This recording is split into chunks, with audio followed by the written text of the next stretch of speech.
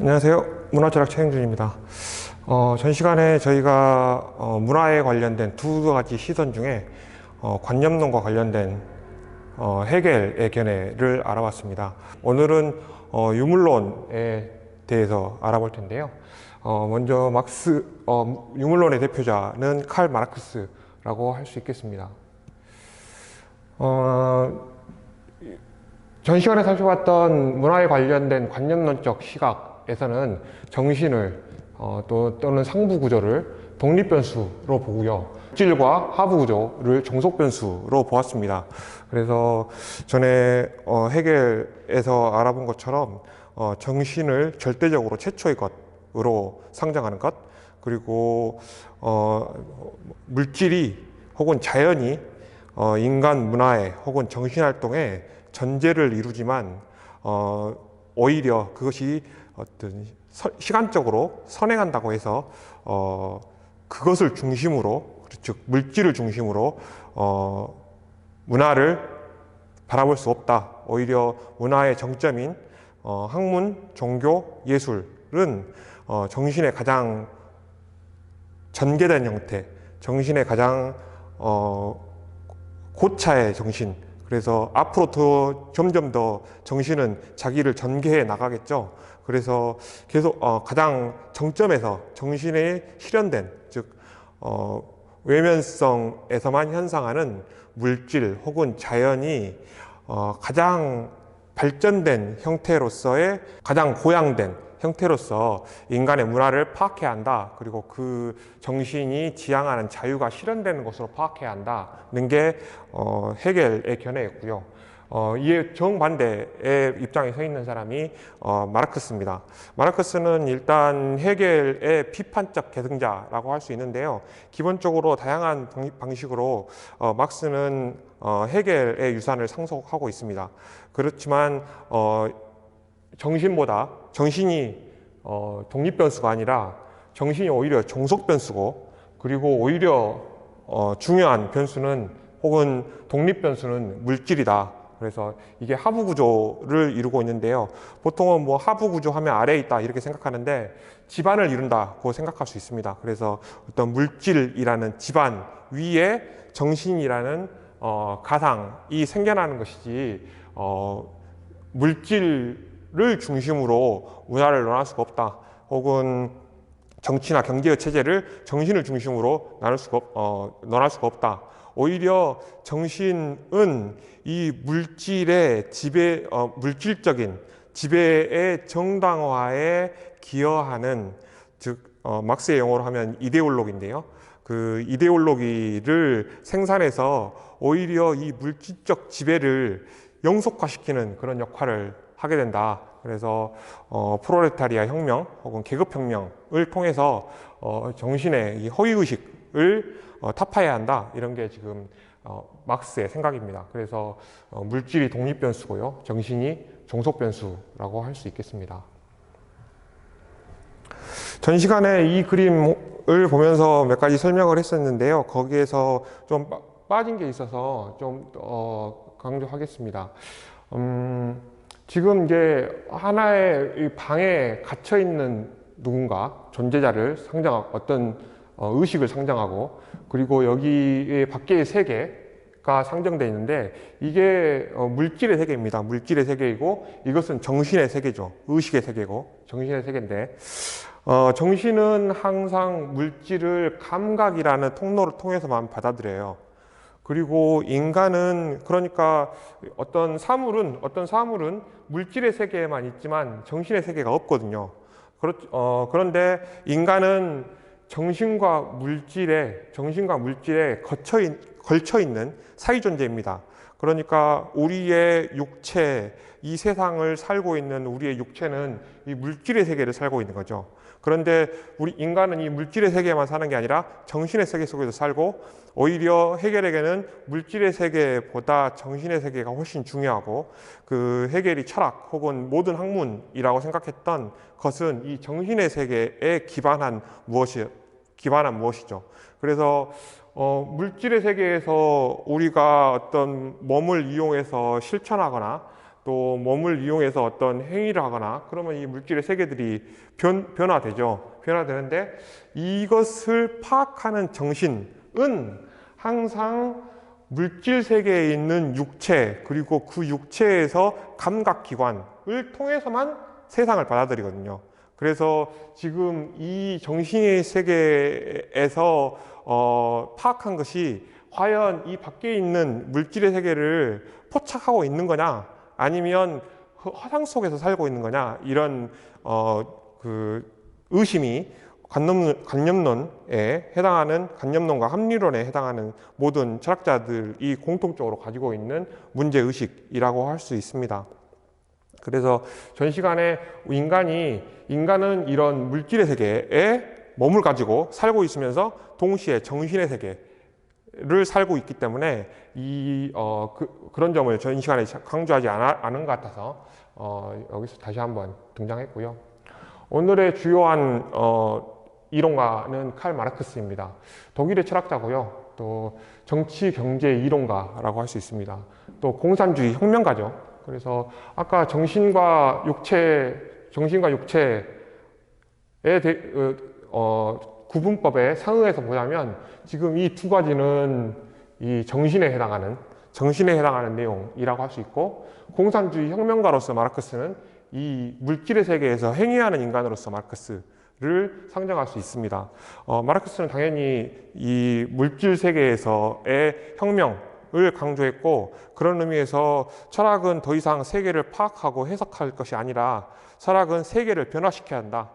그런다고 할 때 이 변화시키는 대상은 이런 물질 세계, 우리가 실제적으로 살고 있는 이 세계라고 할 수 있겠고, 다른 말로 하면 정치 경제의 세계라고도 말할 수 있겠죠. 그리고 해겔의 비판적 계승자라고 할 수 있고요. 주요 이론으로는 사적 유물론, 그리고 소외론, 그리고 사회 구성체론, 역사 발전 단계론 등이 있습니다. 이 밖에도 많은 이론들이 있지만, 중요한 이론들이 있지만, 오늘은 주로 사적 유물론에 대해서 살펴볼 텐데요. 이 사적 유물론은 사회 구성체론과 역사 발전 단계론이 결합되어 있는 것이라고 할 수 있겠습니다. 또 소외론도 문화 철학에서 막스를 다룰 때 굉장히 중요한 그런 지점이라고 할 수 있겠습니다. 주요 저서로는 정치경제학 수고, 독일 이데올로기, 그리고 자본론 1권부터 3권까지. 그래서 막스가 살아있을 때는 자본론 1권까지만 출간이 됐고요. 사후에 2, 3권이 출간됐습니다. 그래서 1867년부터 1894년 사이에 이 세 권의 책이 발간되었고요. 막스의 대표적인 저서라고 할 수 있겠습니다. 막스는 말씀드렸던 것처럼 물질을 강조하는데요. 정신보다 물질을 강조하는데요. 그리고 변화를 추동하는 동력이 정신에 있는 것이 아니라 물질에 있다고 생각했습니다. 그리고 인간이 그 물질과 관계하는 주요한 방식이 바로 노동이에요. 그래서 막스는 물질을 강조한다. 다른 말로 하면 인간의 노동, 그 물질 세계에서 하는 인간의 노동을 강조한다. 실천적인 것을 강조한다고 생각할 수 있겠습니다. 노동을 통한 외부 자연세계의 변화와 인간 자기 형성의 동시성. 그래서 지금 여기 와를 중심으로 앞부분은 노동과 자연세계, 그러니까 외부의 물질과 노동이라고 할 수 있겠죠. 그런데 그와 인간의 자기 형성은 뭐 물질적인 것과 정신적인 것을 다 포괄하는 것이겠죠. 그래서 막스는 노동이 중요하고, 노동과 외부 자연세계를 변화시키는 것이 중요하고, 그로부터 인간의 자기 형성이 이루어지는 것이라고 생각했습니다. 생명활동이자 생산적 삶 그 자체인 노동을 지금 생산적 삶 자체를 노동이라고 했고요. 무엇보다도 먼저 욕구를 충족하는 수단, 즉 물리적 존재를 지속시키려는 욕구. 여기서 물리적 존재라는 것은 아까 제가 말했던 것처럼 육체와 정신을 동시에 가진 존재로서 인간이 그래서 물리적 존재를 지속시키려는 욕구를 충족시키는 수단으로 보여진다. 막스가 경제학 철학 수고에서 쓴 말인데요. 그러나 생산적 삶은 보편적인 인간적 존재의 삶이다. 그러니까 보통은 이게 유적 존재라고, 육적 존재라고 번역되는 건데요. 여기서는 지금 보편적 인간적 존재의 삶이라고 지금 번역되어 있는데, 그러니까 생산적 삶이 인간의 보편적 존재로서의 인간의 삶의 가장 근본적이고 핵심적인 내용이라는 거죠. 그것은 삶을 산출하는 삶이다. 그의 실제적 행위, 비유기적 자연에 관한 그의 작업, 그러니까 외부 세계를 노동을 통해서 변화시키는 것을 말하겠죠. 통해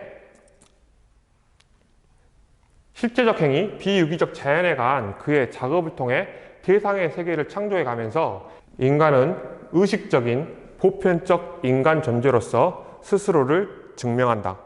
그러니까 정신적 존재이기 때문에 인간의 역사 발전 과정을 쭉 거친 게 아니라 인간이 역사 발전 과정을 거치는, 즉 노동을 통해서 세계를 창조해가는 삶을 통해서 정신적 존재로서 또 보편적인 인간적 존재로서 스스로를 증명한다는 거죠.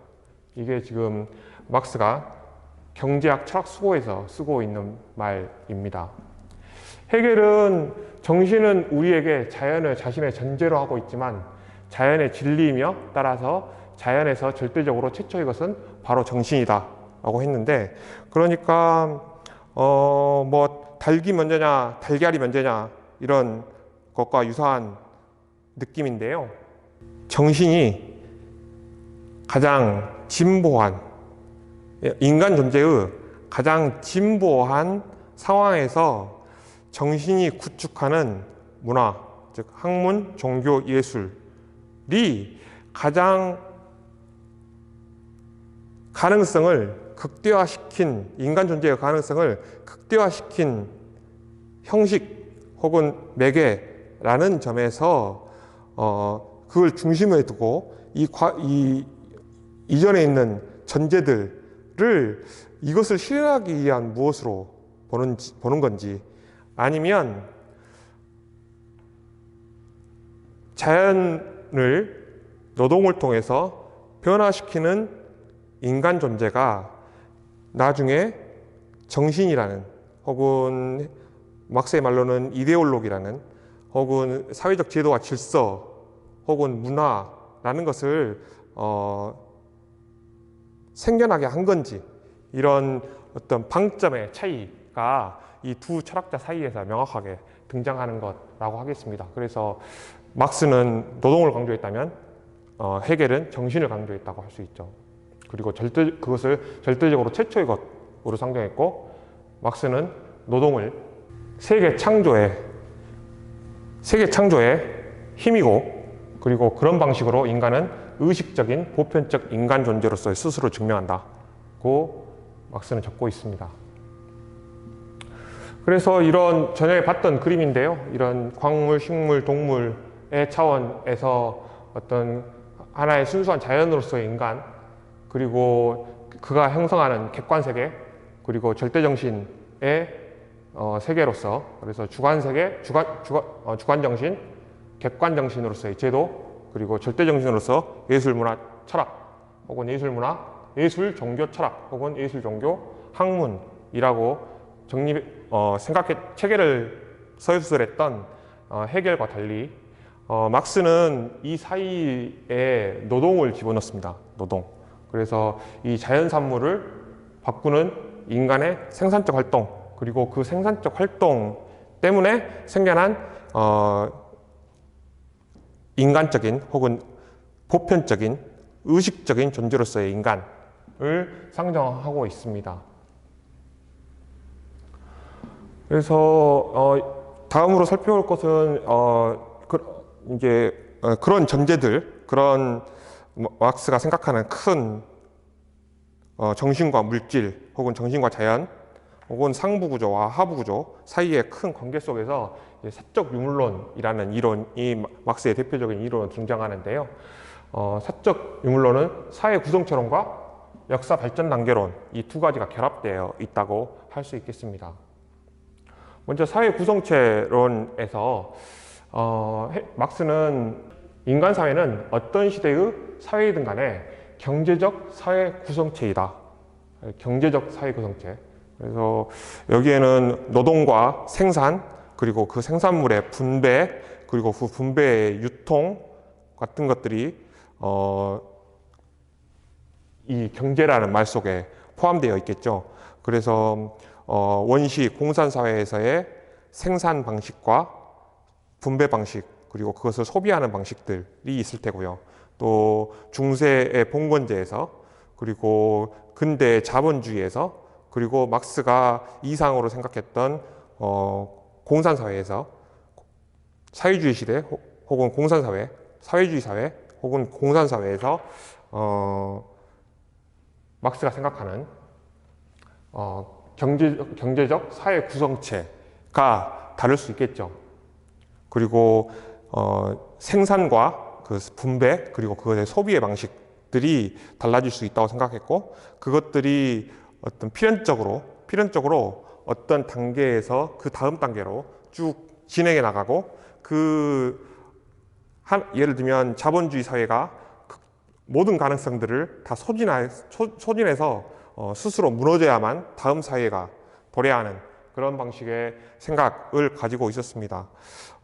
일단 헤겔과 막스가 공유하는 지점은 역사가 진보한다는 것. 그래서 역사가 진보한다는 것은 무슨 말이냐면 어떤 지향점을 향해서 계속 나아간다는 확신입니다. 또 현대 철학에서는 이제 그런 역사는 지향점이나 방향성이 없다라고 생각하는 게 이제 현대 철학이 가지고 있는 기본적인 공통된 기반이라고 할 수 있을 것 같고요. 그리고 사회 구성체는 두 번째로 사회 구성체는 토대와 상부 구조로 이루어져 있습니다. 그리고 아까 헤겔의 말로 하면 이 상부 구조가 정신이고요. 이 토대가 물질이라고 할 수 있겠죠. 또 하부 구조, 상부 구조 이렇게 나눌 수도 있고요. 그래서 일단 토대는 생산력과 생산 관계입니다. 생산력과 생산 관계. 그래서 만약에 여러분들이 농업을 생각해 보면 기본적으로 생산력은 누가 노동을 하는지, 그리고 그 노동하는 사람들의 숙련도는 어떤지가 등이 거기에 포함될 수 있겠죠. 또 생산 관계는 그러면 그 노동을 누가 지시하는지, 그 노동력은 누가 소유하는지, 혹은 그 노동의 대상인 토지 혹은 식물에 대한 소유권은 누가 가지고 있는지, 또 그것에 분배하는 방식은 어떤 것인지가 생산력과 생산 관계의 결합이고, 그것이 토대를 형성하는 것이라고 하겠습니다. 그리고 이 토대를 계속 유지하기 위해서 정치, 경제, 사회적 의식들이 생겨나는 거죠. 그리고 이 사회적 의식은 이데올로기하고 유사하다고 할 수 있겠는데요. 이런 법률, 정치, 이데올로기, 사회적 의식 등이 상부 구조를 이루고 있습니다. 그래서 이 토대가 상부 구조를 형성시키고요. 그 다음에 이 상부 구조는 이 토대에 조응하는 방식으로 형성된다는 것, 그것이 막스의 생각입니다. 그리고 토대가 훨씬 더 막스에게는 중요하고 본질적인 차이를 가지고 있는 것이고, 이 상부 구조는 이 토대와 생산력과 생산 관계를 계속 유지 보존하기 위해서 생겨난 어떤 생각들이 제도화되거나 그 생각 자체로 이론화되는, 또 우리들의 통념 속에 굳어지는 것이라고 생각하겠습니다. 예를 들면 여러분들은 권력과 자본 중에서 어떤 것이 세습 가능하고 어떤 것은 세습 불가능하다고 생각하십니까? 지금 자본주의 사회에 살고 있는 여러분들은 권력을 세습한다, 이런 것은 정말 알레르기 반응을 일으킬 거예요. 있을 수 없는 일이죠. 한국 사회에서 권력을 세습한다, 이런 건 있을 수가 없어요. 그런데 자본을 세습한다, 이런 것은 너무 당연한 일처럼 여겨지는 거거든요. 그래서 그런데 이제 그런 똑같은 상황을 북한 사회로 넘겨보면, 북한에서는 권력을 세습하는 것은 너무나 당연한 일이에요. 또 핵심적인 권력, 가장 중심적인 권력일수록 권력을 세습하는 것은 당연한 것. 그리고 그 뭐 백두혈통이라고 하죠. 그래서 그런 김일성과 관련된 어떤 혈연 관계에 있는 사람들이 가장 최고 권력을 차지하는 것, 이런 것은 북한의 인민들이 생각할 때는 당연한 거라고 생각할 것 같습니다. 그런데 북한 사회에서 부를 세습한다? 이런 것은 뭐 어느 정도 용인될 수는 있겠지만 기본적으로는 전제될 수 없는 거죠. 기본적으로 토지도 개인의 소유가 아니고 국가로부터 대여한 것이고요. 그래서 경제를 세습한다, 이런 것은 있을 수가 없는 일이거든요. 북한 사회에서는. 그렇게 생각해 보면 지금 뭐 제도적으로 또 법적으로 그것이 불가능한 것도 있지만, 그것이 불가능하다는 것이 당연하다고 생각하는 사람들의 생각, 이게 이데올로기거든요. 그래서 사람들이 그런 생각을 가지고 있으면 그런 제도가 형성되고, 또 그 제도가 그 사람들의 생각을 또 당연하게 생각하게 만들고요. 또 어떤 것은 당연하지 않게 생각하게 만들고요. 그래서 사람들이, 그런데 좀 더 뒤집어서 생각해 보면, 왜 권력은 세습이 불가능한 게 당연한데 부는 세습이 가능한 게 당연한 건가? 그래서 이제 그런 것들을 보완하기 위해서, 부의 세습을 보완하기 위해서 상속세랄지 양도세랄지 이런 것들을 크게 물리는 그런 방식으로 법제화 되어 가고 있지만, 그럼에도 불구하고 여전히 한국 사회에서는 내가 번 돈을 내 자식에게 유산을 상속한다, 이런 것은 너무 당연하게 여겨지는 사회라고 할 수 있습니다. 그래서 어떤 법과 제도, 질서, 체제, 이런 것도 중요하지만 그 체계를 가능하게 하는 사람들의 이데올로기, 그래서 생각에서 그걸 당연하다고 생각하는 것, 이런 것이 토대에 의해 형성되었고, 그 형성된 생각이 여전히 토대를 계속 유지하게 만드는 것이라고 할 수 있겠습니다. 그래서 막스는 이런 토대의 변화를 통해서 이런 상부 구조의 변화를 꾀하는 그런 혁명적인 이론을 구사했습니다.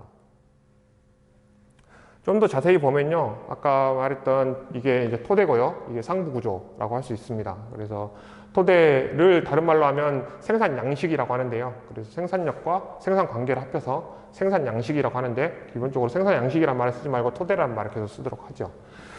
그래서 생산력에는 먼저 생산자들, 그러니까 노동자들이겠죠.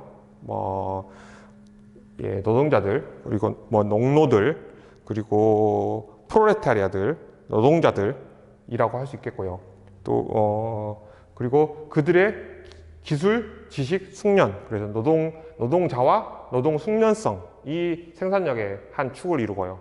다른 축에서는 생산수단, 노동수단, 노동대상, 그러니까 농사를 예로 들면은 땅과 식물, 그리고 그런 거겠죠. 그 다음에 노동수단은 뭐 도구들, 이런저런 도구들, 농기계들이 포함될 수 있겠고, 또 여기서 예를 들면 산업혁명기에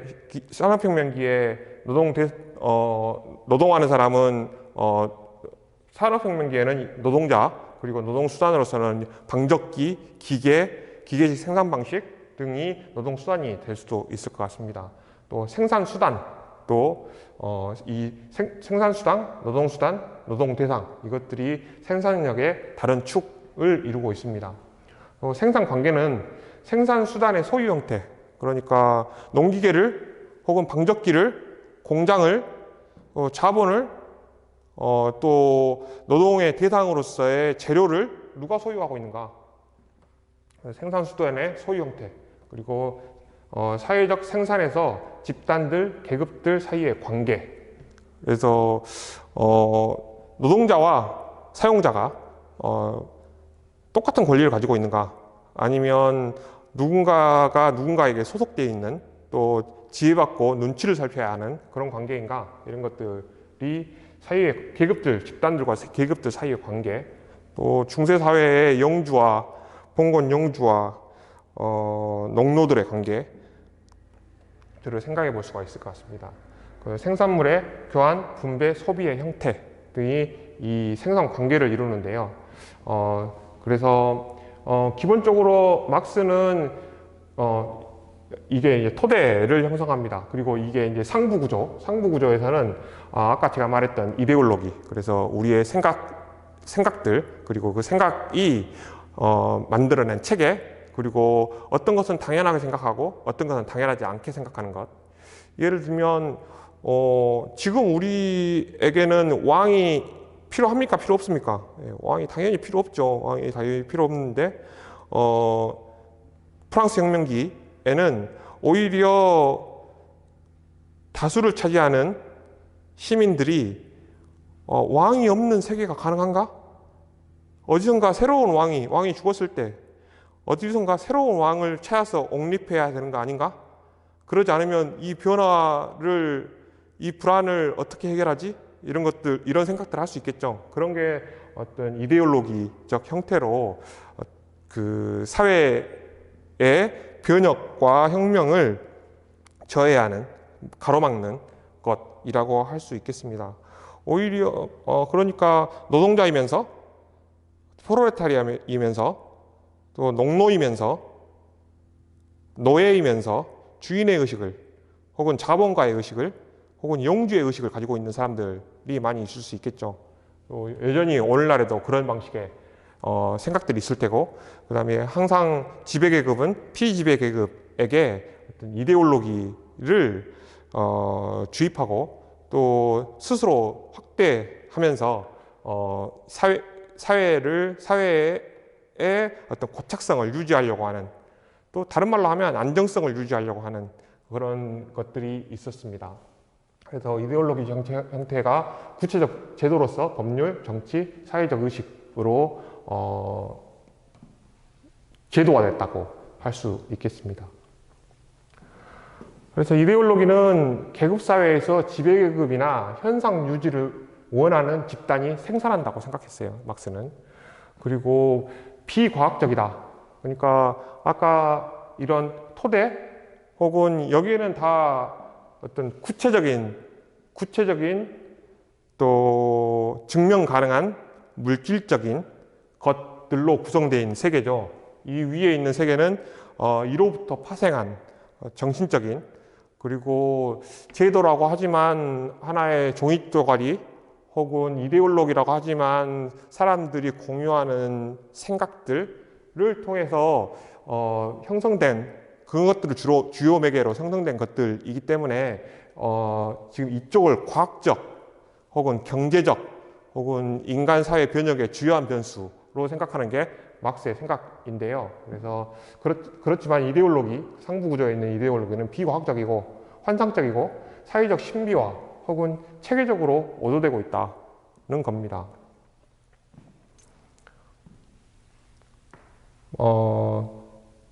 사람들이 대부분 믿을 수 있도록 뭔가 그럴듯해야 하고 체계적이어야 하고 그 밖에 없는 것 같은 생각, 너무 당연한 것 같은 생각을 이데올로기는 사람들에게 제시합니다. 또 실제 있는 것과 없는 것 사이에, 있는 것과 물질적인 것과 관념적인 것 사이에 그 전도를 일으킨다는 거죠. 그래서 실제의 전도, 그 다음에 허위의식의 결과로서 생겨나고, 그 다음에 지배계급의 이익을 사회 공동의 이익이라고 호도한다. 그러니까 지배계급의 이익을 사회 공동의 이익이라고 호도하고, 그래서 사람들이 그것을 믿게 만들고, 그럼으로써 정하지 않게 만들고 그 밖을 상상할 수 없게 만드는 게 이데올로기라고 하겠습니다. 사회 구성원이 자율적, 합리적이라고 믿게 만듦. 그래서 각 이데올로기는 물리적 폭력에 의해서가 아니라 그 사람의 신념에 작용하면서, 그 사람의 신념에 작용하려면 스스로가 동의해야 되거든요. 스스로가 동의해야 되는데 그 사회의 구성원들이 자율적이고 합리적이기 때문에 그러한 생각을 내가 받아들였다고 믿게 만듭니다, 이데올로기는. 그리고 현상 유지에 기여한다고 하겠습니다. 그러면 이제 막스는 사회 구성체가 고정되어 있는 게 아니라 변화한다고 생각했거든요. 사회 구성체, 모든 시대는 사회 구성체다, 1번. 2번, 그런 사회 구성체는 변화한다. 그런데 그 변화의 중심에 토대가 있다. 토대는 생산력과 생산 관계로 이루어지는 것이라고 하겠습니다. 그래서 역사 발전에 그런 변화하는데 그 변화를 역사 발전에이라고 생각했고, 역사 발전의 원동력은 생산력의 발전에 있다고 보았습니다. 그래서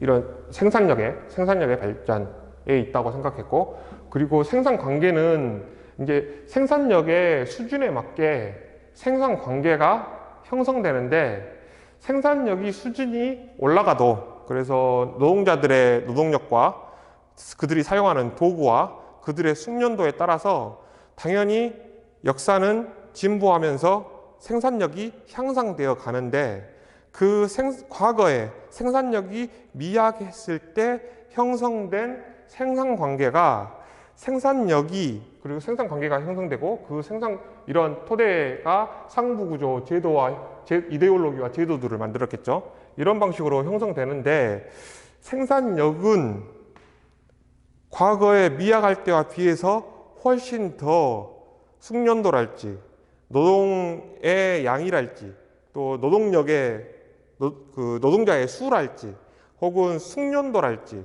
또 대표적으로는 도구의 사용이랄지, 더 나아가서는 기계의 사용으로 생산력이 향상됨에도 불구하고 생산 관계는 그대로 유지하려는, 그리고 이데올로기와 제도들도 그대로 유지하려는 그런 경향이 있다는 거죠. 그래서 이런 생산력과 생산 관계의 모순, 그리고 더 크게 보면 토대와 상부 구조의 모순이 생겨나게 되는데, 그 모순을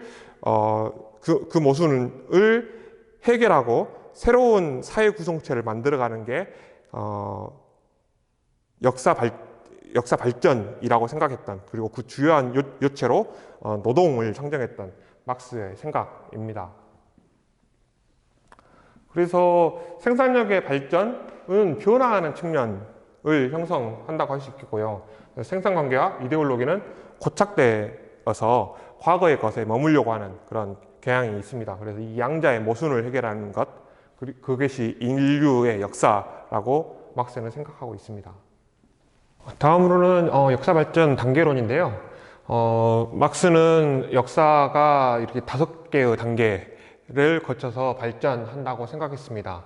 그리고 지금 막스가 살았던 당시는 자본주의 사회이고요. 지금 막스를 계승한 연구자들에게는 지금이 후기 자본주의 사회라고 할 수 있겠죠. 그리고 막스의 말이 맞다면 자본주의가 그 가능성을 완전히 소진하고 난 다음에는 공산주의 사회가 된다고 생각했는데요. 지금 이 순서대로 보면 원시 공산 사회, 그리고 고대 노예제 사회, 그리고 봉건제 사회, 자본주의 사회, 그리고 공산주의 사회, 이렇게 역사가 발전한다고 막스는 생각했습니다. 이것을 크게 분류해서 보면요, 1번과 5번은 생산수단의 소유, 생산수단을 소유하지 않는 사회라고 할 수 있고요. 이 세 사회는 생산수단의 가장 주요한, 그 역사 발전 단계에서 가장 주요한 생산수단을 누군가 소유하는, 지배자들이 소유하는 그런 사회라고 할 수 있겠습니다. 그래서 원시 공산 사회에서는 공동으로 생산하고 공동으로 분배하는 사회라고 할 수 있겠죠. 그리고 고대 노예제는 노예의 소유자들이, 그러니까 고대 노예제의 주요한 생산 수단인 노예의 노동력을 소유하는 사람들이 생산 수단을 사유한 거고요. 이 두 단계는 공유하는 단계고, 이 세 단계는 생산 수단을 소유하고 있는 단계라고 할 수 있겠습니다. 그리고 봉건제 사회에서는 토지 소유자, 그러니까 영주가 토지를 소유하고, 그리고 농노들에게 토지를 분배해주고, 그리고 그 분배된 토지의 소유권을 분배하는 건 아니죠. 토지의 경작권을 분배하는 거죠. 그래서 그 경작하고, 그 다음에 경작의 일정한 부분을 토지 소유자에게 바치는 그러한 방식의 사회라고, 사회 구성체, 그러니까 경제적 사회 구성체라고 할 수 있겠죠. 그래서 봉건제 사회에서는 토지 소유자들이 생산수단을 주요하게 소유하고 있고요, 사유하고 있고요.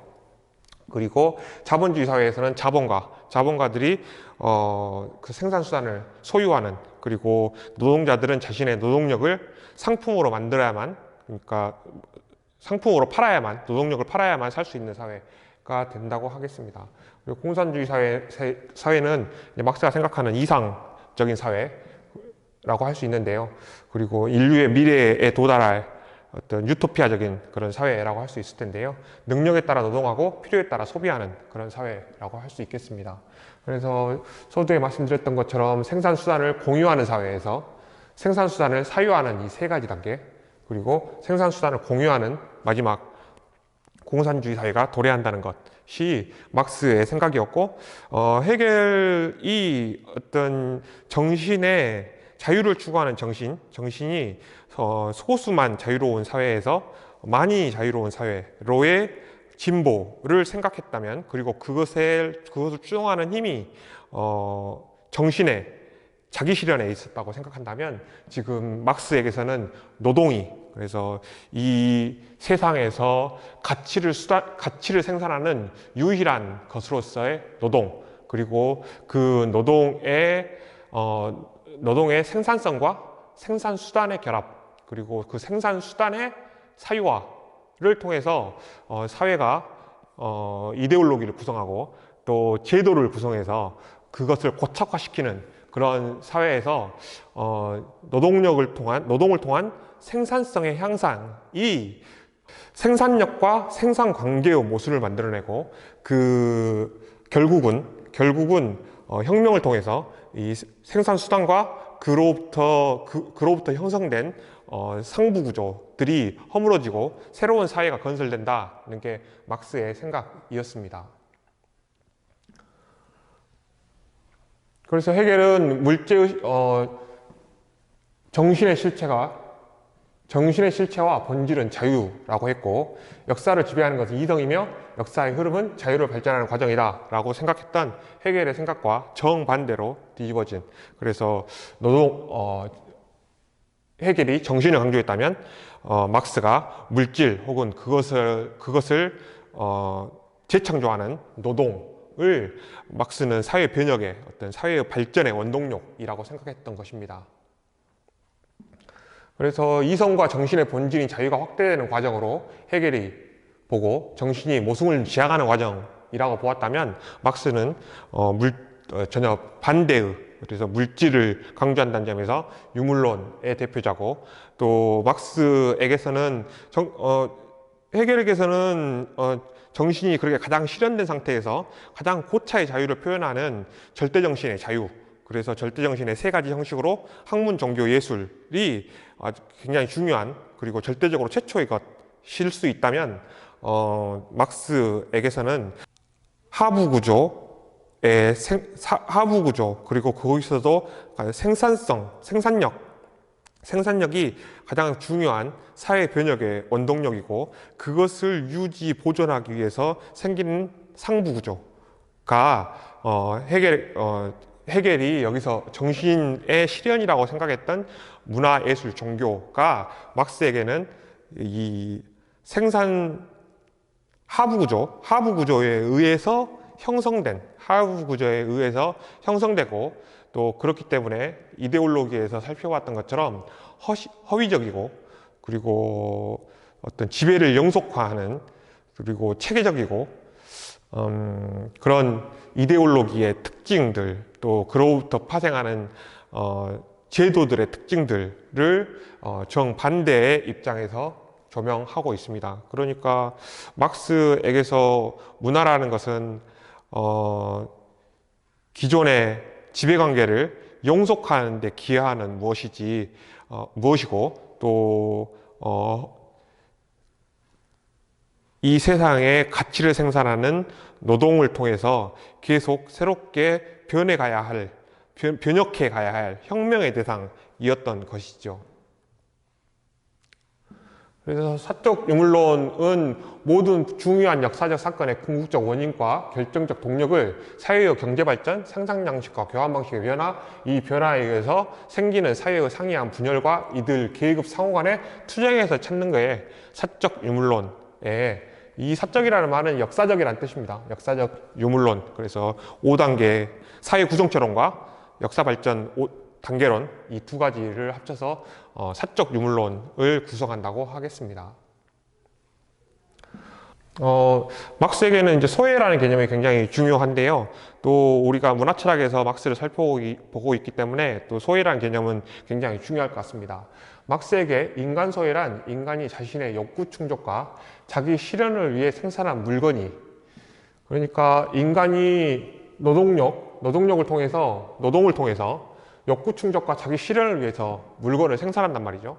그런데 자본주의 시대에는 그렇게 만들어진 물건이 인간으로부터 독립적 존재가 되고, 더 나아가 인간에게 낯설고 적대적인 어떤 것이 되고, 궁극적으로는 그것에 지배되게 된다는 것입니다. 그래서 인간의 어떤 유일한 가치의 생산 방식으로서의 노동이 자본주의 사회에서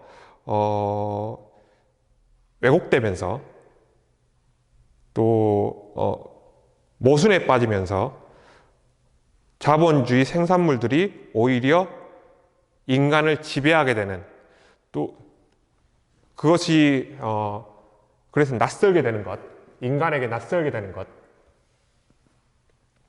낯설고 적대적인 어떤 것이 되는 것이 낯설고 적대적인 어떤 것이 되는 것이 당시의 자본주의 사회를 분석하는 막스의 생각입니다. 그리고 이러한 막스의 유산은 이제 막스의 계승자들에게 비판적으로 계승되고, 또 후기 자본주의 사회에는 오히려 노동자만 상품화되는 게 아니라, 그래서 노동자는 자신의 노동력을 팔아야만 생존을 할 수가 있죠. 그렇지 않은 의미에서 노동자를 그러니까 노동 상품화 시키는 것이기도 한데, 또 자본주의는 동시에 소비자로서의 인간도 상품화 시켜버리는 겁니다. 그래서 시간당 얼마짜리, 연봉 얼마짜리 인간이 되어가는 게 당시에 막스의 노동자로서의 인간에 대한 비판이었다면, 후기 산업사회에 또 막스의 계승자들에 의해서 나는 이것을 소비할 수 있는, 얼마짜리 차를 몰 수 있는, 얼마짜리 장신구를 거칠 수 있는 그리고 또 그러한 것들로 내 몸을 두르고 다니는 것이 어떤 상징이 되고, 그 상징 자본이 돼서 다른 사람들에게 인간으로서 나를 어필하는 게 아니라 내가 두르고 있는 이런저런 상품으로 나를 어필하게 만드는 그런 어떤 소비자로서의 인간도 상품화시키는 그런 지점이 있는데, 막스의 이런 인간 소외, 자본주의에서의 인간 소외가 그 막스의 계승자들에게 많은 아이디어를 줬다고 생각할 수 있습니다. 노동은 상품만을 생산하는 것이 아니다. 노동은 노동행위 그 자체와 노동자를 상품으로 생산한다.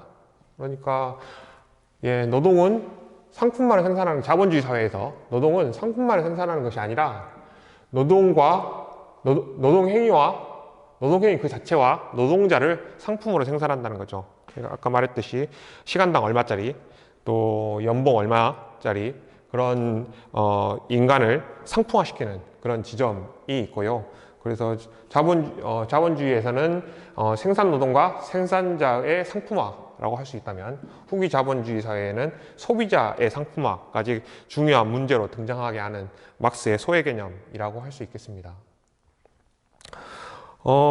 전 시간에 이어서 이번 주에는 유물론, 주로 막스의 유물론에 대해서 알아봤고요. 그 유물론이 문화철학의 관점에서 유물론이 문화를 어떻게 보는지, 그리고 또 관념론이 문화를 어떻게 보는지에 대해서, 또 그것의 변화의 동력은 어떤 게 독립 변수고 어떤 게 종속 변수인지, 이런 정반대의 생각들을 살펴보았습니다.